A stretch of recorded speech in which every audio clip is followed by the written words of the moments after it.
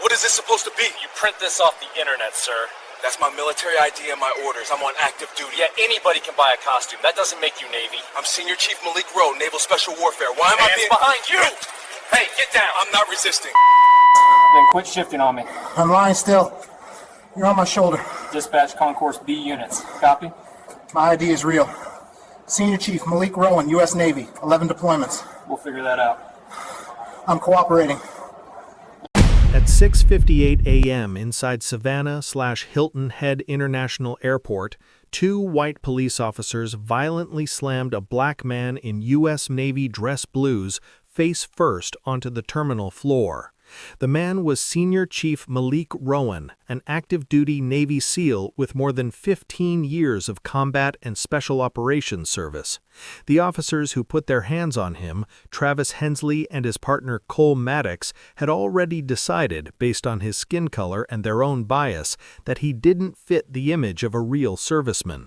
One of them would later be heard on body cam saying that uniform could be fake. Guys like him fake stuff all the time. 12 minutes later, phones inside the Pentagon were ringing, federal agencies were being alerted, and a chain of command was about to collapse under the weight of what those two officers had done on a public terminal floor. Before we go any further, comment where in the world you are watching from, and make sure to subscribe because the next story is one you don't want to miss. Officer Travis Hensley was 39 years old and had been with the Savannah Airport Police Department for almost 13 years. He was known among some coworkers as old school, a label that in his case meant short patience, a heavy hand, and a long record of complaints that never quite stuck. Passengers had accused him of targeting black travelers for extra screening and aggressive questioning. A few junior officers had quietly asked for transfers after working shifts with him, saying he was too quick to escalate and too slow to listen. That morning, Hensley stood near the security checkpoint in a pressed uniform, coffee in one hand, radio on his shoulder, watching the early rush move past. Families, business travelers, airline crews, and a small number of service members headed for connecting flights.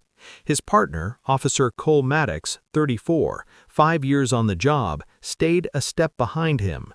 Maddox rarely challenged Hensley. He laughed at the same jokes, backed the same calls, and followed Hensley's lead without question. Hensley's eyes locked on one traveler in particular. Senior Chief Malik Rowan, 41, walked through the terminal in full Navy dress blues, garment bag over one shoulder, carry-on in his right hand. His posture was straight, his pace steady. The ribbons on his chest showed multiple deployments. He had spent most of his adult life in special operations, rotating between training, overseas missions, and brief periods at home. He was on official travel, heading to a scheduled briefing in Norfolk after attending a memorial service for a teammate the day before. He had chosen to remain in uniform because he was moving directly between commands. As Rowan passed the coffee kiosk, Hensley shifted his stance. "Hey, you in the uniform, stop right there." Rowan stopped, turned, and faced him. "Yes, sir?" Hensley's eyes ran over the dress blues, the ribbons, the rank insignia. "That your bag?" "Yes, sir." "Put it down."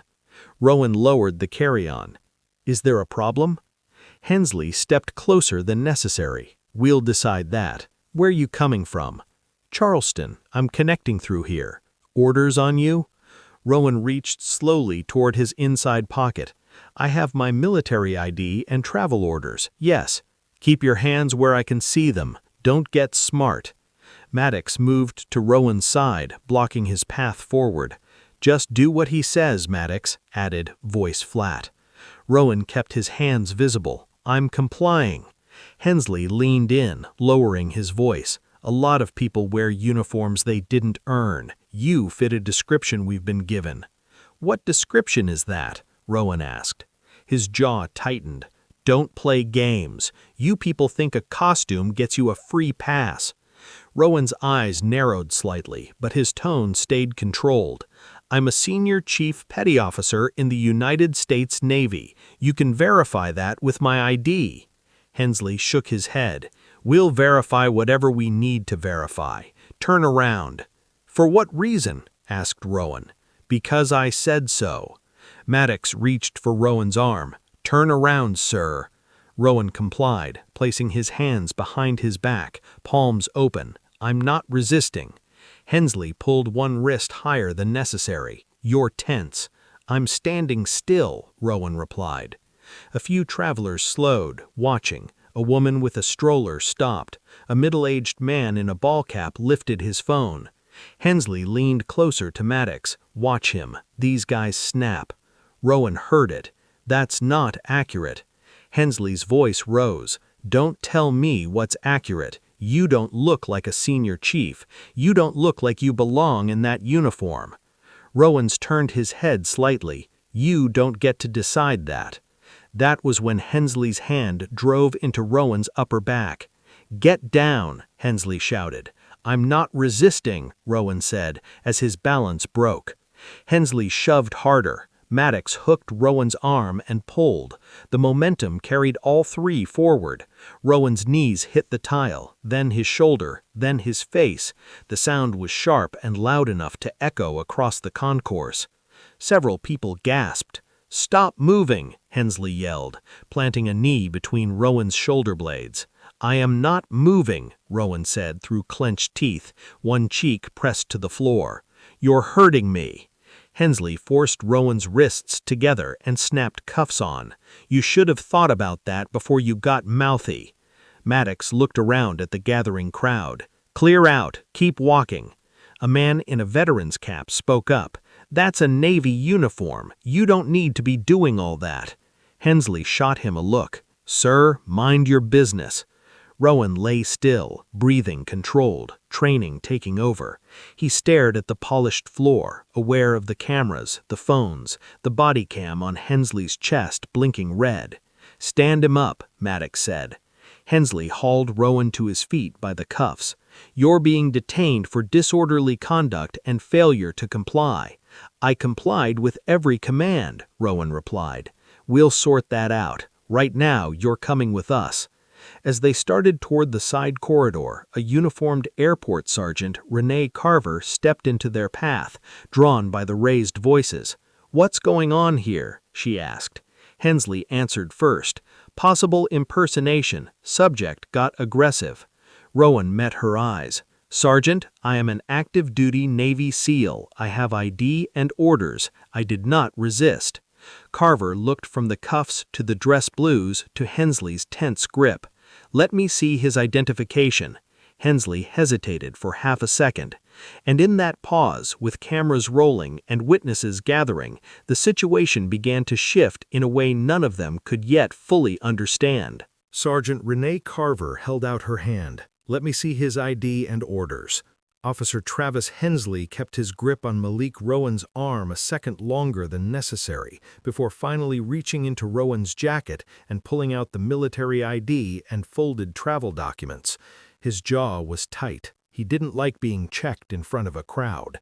Cole Maddox stood slightly behind him, watching the bystanders, one hand resting near his belt. Carver looked at the ID first. The photo matched the man in cuffs. The name read Rowan Malik. Rank, Senior Chief Petty Officer. She unfolded the orders, scanning quickly. Norfolk, command briefing, official travel. She looked up. Senior Chief, you're active duty. Yes, ma'am, Rowan said. Naval Special Warfare. Carver turned back to Hensley. Why is he in cuffs? He was being evasive, wouldn't answer questions, got an attitude. Rowan's voice stayed level. I answered every question. I asked why I was being stopped. That's when he put hands on me. A man in the crowd spoke again. He didn't do anything. We all saw it. Hensley snapped his head toward the voice. Sir, step back. Carver raised a hand. Enough. Travis, take your me off his back. He's already cuffed. Hensley shifted, but his tone stayed hard. We still need to verify this. Anyone can print fake orders. Rowan met his eyes. You already ran my ID through your system when you took it. You know it's real. Maddox glanced at Hensley, then at Carver. We were just following procedure. Carver looked at the body cam light on Hensley's chest. Procedure doesn't involve slamming a compliant service member to the floor in front of a terminal. Hensley's face flushed. He matched a profile. We had to be sure. What profile? Carver asked. Hensley didn't answer right away. We get alerts about stolen uniforms, people pretending to be military to move contraband. Rowan said quietly, "You didn't stop any of the white officers in uniform walking past 5 minutes before me." The air went still for a moment. Carver closed the folder with Rowan's orders, "Uncuff him." Hensley hesitated. "Sarge." "I said uncuff him." Maddox stepped closer, lowering his voice. "Maybe we should take him to the office first, run everything again." Carver shook her head. "No, you've got his ID, his orders, and half this terminal watching. Take the cuffs off." Hensley unlocked one wrist, then the other, his movements rough. Rowan flexed his hands, feeling the sting where the metal had cut into his skin. Carver turned to Rowan. "Senior Chief, are you injured?" "My face hit the floor, my shoulders tight. I'm fine, but I want this documented." Carver nodded. "We'll get medical to check you." Hensley muttered, "He's fine, he's just making a scene." Rowan looked at him. "You made the scene when you decided I didn't belong in my own uniform." Maddox shifted his weight. "Watch how you talk." Carver's tone sharpened. "Both of you, step back." She turned to Rowan again. "Sir, I'm sorry for what just happened. We're going to review the footage and file a report." Rowan glanced around. More phones were out now. A woman whispered to her husband. The veteran in the cap was still watching closely. Rowan said, "With respect, Sergeant, this isn't just a report issue. That was excessive force, and it wasn't random." Carver knew what he meant. She had heard the complaints about Hensley before, the stops, the language, the way certain passengers always seemed to be the ones matching a profile. She lowered her voice. "I'll call the chief." Hensley's head snapped toward her. "For what? We handled it." "No," Carver said, "you didn't." She keyed her radio. "Chief Fenner, this is Carver in Concourse B. We've got a use of force incident involving an active-duty naval senior chief in dress uniform. I need you here." There was a brief pause, then the chief's voice came back. "Repeat that." "Active-duty SEAL, body cam rolling, crowd witnesses." Another pause. "I'm on my way." Hensley exhaled through his nose, annoyed. "This is getting blown out of proportion." Rowan said, "It's being taken seriously. That's the difference." Maddox leaned toward Hensley. "Maybe we should have just checked his ID and let him go." Hensley shot him a look. He was getting smart. "He was asking why he was being stopped," Maddox said quietly. Before Hensley could respond, a uniformed airport medic approached, guided by Carver. He checked Rowan's face and shoulder, asked basic questions, then nodded. "No visible fractures, but you should get checked fully if you feel pain later." Rowan thanked him. A few minutes later, Chief Douglas Fenner arrived. He was in his early 50s, calm, authoritative. He took in the scene quickly. The crowd, the phones, the dress blues, the two officers, Carver standing between them. "What happened?" Fenner asked. Carver spoke first. "Sir, Officer Hensley and Officer Maddox detained Senior Chief Malik Rowan. Force was used. The subject was compliant. His ID and orders check out. There are multiple witnesses and body cam footage." Fenner looked at Rowan. "Senior Chief, is that accurate?" "Yes, sir." Fenner turned to Hensley. "Why was he detained?" "Possible impersonation. He got argumentative." Rowan said, "I answered every question. I asked why I was being stopped. That's when he put hands on me." The veteran in the crowd spoke again. "Chief, I saw the whole thing. That officer went straight to force." Fenner nodded. "Thank you, sir." He then looked directly at Hensley. "Travis, I'm pulling you and Maddox off the floor. Hand in your radios. We're reviewing your body cams immediately." Hensley stiffened. "Chief, this is unnecessary." "It's necessary, because if what I'm hearing is accurate, this just went beyond an internal issue." He turned back to Rowan. "Senior Chief, your command will be notified. Given your unit and your status, this is going to involve more than airport police." Rowan understood exactly what that meant. "Understood, sir." Fenner gestured to Carver. "Escort the Senior Chief to the office. Make sure he's comfortable. No further contact from these two." As Hensley and Maddox removed their radios, Fenner added, "And preserve all footage. Nothing gets deleted, nothing gets edited." The chief looked at Rowan again. "You said you're Naval Special Warfare." "Yes, sir." Fenner's expression tightened slightly. "Then this will reach people who don't take kindly to their personnel being handled this way." Somewhere inside the terminal, a phone was already dialing a number in Washington. And when that call connected, the incident on the floor of Concourse B would stop being a local problem and become a federal one. Chief Douglas Fenner walked fast down the corridor toward the operations office, phone already in his hand.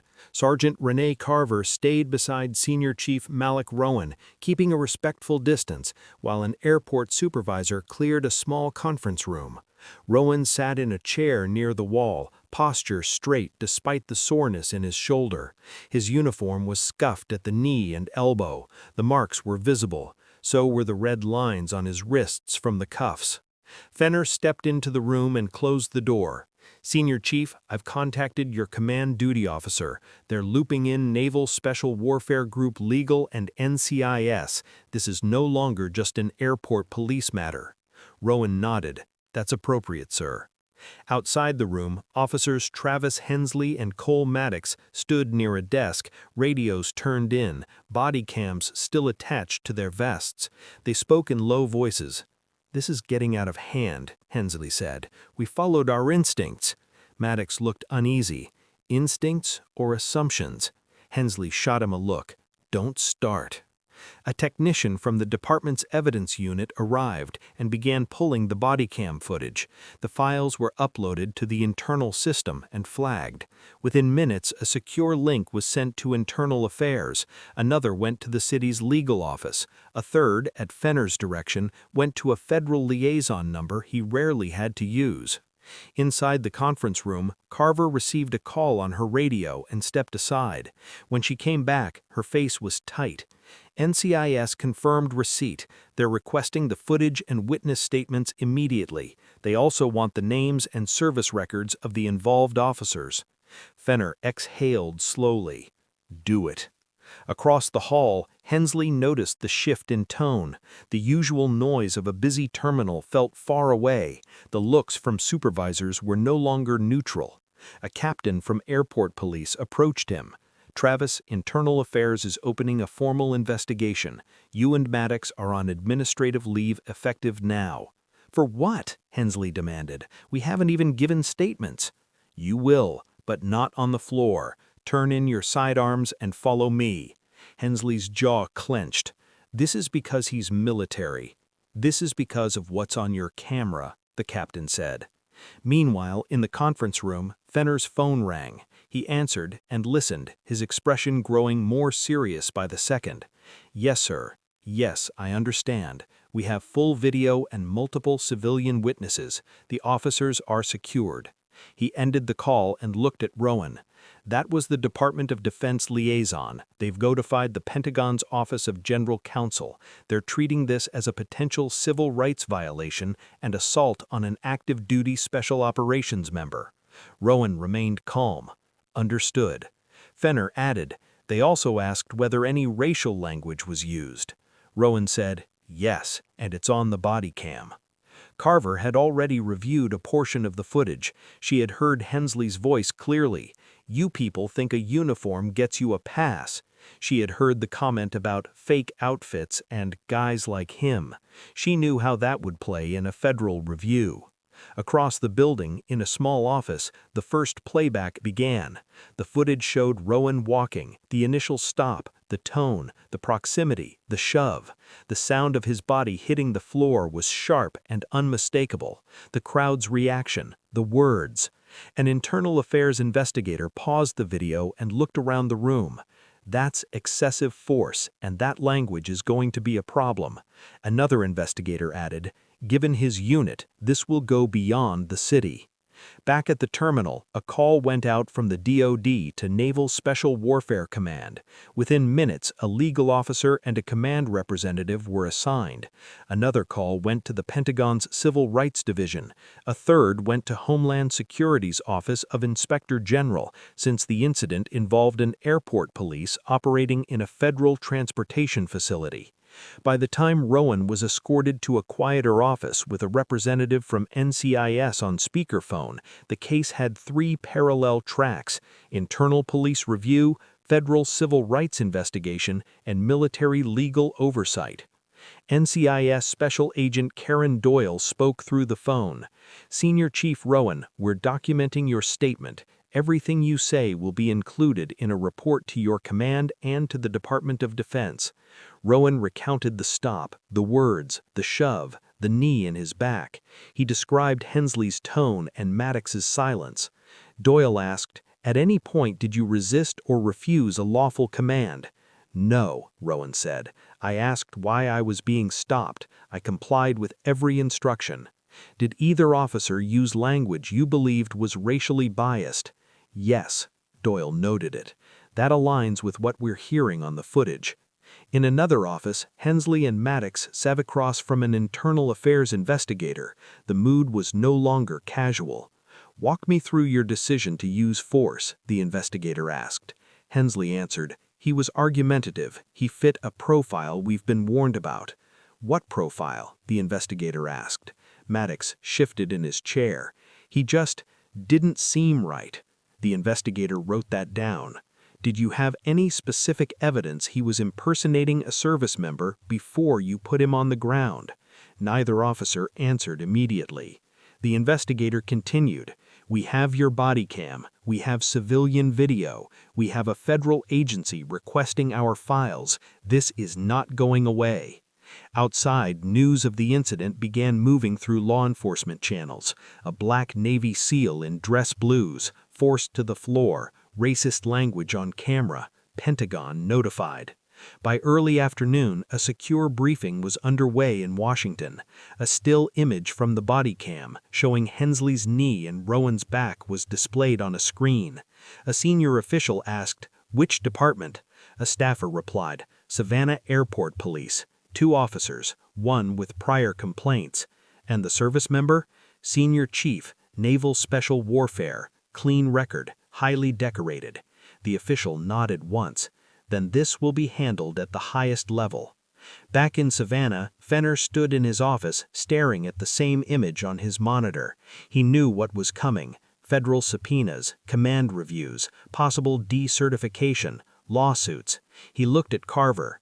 "This is about to get a lot bigger than our department." Carver said quietly, "It already has." In the hallway, Hensley caught sight of a group of men in civilian suits entering with NCIS credentials and federal badges. For the first time since that morning, the confidence drained from his face, because he could see in their expressions that this was no longer an internal matter. It was a federal one. The federal investigators did not waste time. By the next morning, NCIS agents and a Department of Justice civil rights team were back at Savannah Hilton Head International Airport. They pulled every camera angle from the terminal, every radio transmission, every incident report filed by officers Travis Hensley and Cole Maddox, and every prior complaint attached to their names. Chief Douglas Fenner was called into a closed-door meeting with city attorneys, federal investigators, and a Pentagon legal liaison. The message was direct. "This is no longer just a use of force review," the DOJ attorney said. "This is a civil rights case involving racial profiling, excessive force, and false statements in an official report, and the victim is an active duty special operations senior chief." Fenner understood what that meant. Careers would not be quietly reassigned, they would be ended. Across the city, Hensley sat in his living room watching the local news. The headline at the bottom of the screen read, "Airport officers under federal investigation after violent detention of Navy SEAL." Maddox called him. "They took my badge today, said it's temporary." Hensley was silent for a moment. "They're overreacting. They played the body cam in the interview. Travis, the stuff you said, the way you said it, they're calling it bias, they're calling it racial." "I was doing my job," Hensley replied, but his voice lacked its usual confidence. At the airport police headquarters, Internal Affairs completed its preliminary findings. The report stated that Rowan had been compliant, that no legal basis existed for the level of force used, and that Hensley's language and decision-making showed clear indicators of racial bias. Maddox was cited for failure to intervene and for supporting an unlawful detention.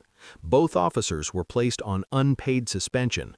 Their firearms were formally confiscated. Their access cards were deactivated. 2 days later, a formal notice arrived from the State Law Enforcement Certification Board. An emergency review had been opened into whether Hensley and Maddox were fit to retain their badges at all. At the same time, the Department of Defense released a brief statement confirming that an active-duty Naval Special Warfare senior chief had been subjected to unwarranted and discriminatory use of force by civilian law enforcement, and that the Pentagon was cooperating fully with federal authorities to ensure accountability. Behind closed doors, the language was stronger. In Washington, a senior DoD official told a room of attorneys and investigators, "You do not put hands on our people like that, not in uniform, not in public, not ever, and when racism is on camera, we do not negotiate." Senior Chief Malik Rowan gave his final statement to federal investigators later that week. He was calm, precise, and unemotional. He described the shove, the knee, the words. He described the crowd. He chose not to resist because he knew exactly how quickly a black man in cuffs could be labeled a threat. He said, "I did everything by the book. They didn't." Within a month, the outcomes became public. Officer Travis Hensley was terminated for gross misconduct, excessive force, racial discrimination, and falsifying elements of his report. His law enforcement certification was revoked. He was barred from working in any policing role in the state. Officer Maddox was fired for failure to intervene and for supporting an unlawful arrest. His certification was suspended pending further review, effectively ending his career in law enforcement. 2 supervisors were disciplined for prior inaction on complaints about Hensley's conduct. One was forced into early retirement, another was demoted and reassigned. The department entered into a federal consent agreement requiring new bias training, body cam oversight, and independent review of use of force incidents. Civil court followed. Rowan filed a federal civil rights lawsuit against the airport authority and the 2 officers. The case cited unlawful detention, excessive force, and racial profiling. Video evidence, witness statements, and internal records made the facts difficult to dispute.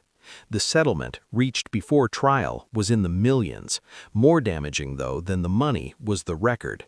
For Hensley, it meant his name would now be permanently tied to a federal civil rights violation. No department would touch him, no security firm would hire him. The badge he once used as authority was gone, along with any future in the profession. Maddox, who had followed instead of challenged, learned that silence carried its own cost. His career ended not with a dramatic arrest, but with paperwork, revoked credentials, and a reputation that would follow him. At Naval Special Warfare Command, Rowan was formally briefed on the outcome. His commanding officer spoke plainly. "You handled yourself with restraint and professionalism. The system failed you, but it also corrected itself, not because of noise, because of evidence." Rowan nodded. "I just wanted it documented." "It is," the commander said, "at every level." Weeks later, Rowan walked through another airport, again in uniform, again carrying orders. No one stopped him, no one questioned whether he belonged. Back in Savannah, a training bulletin circulated through the airport police department. It showed a still frame from a body cam, a black man in navy dress blues on the floor, 2 officers over him. Under it were the words, "This is what failure looks like." No names were printed. They didn't need to be, because the careers were already gone. If this story moved you, don't just watch in silence. Like the video, subscribe to Voices Unchained, and share this with someone who needs to see how power, racism, and accountability collide in the real world. And tell us in the comments, where are you watching from?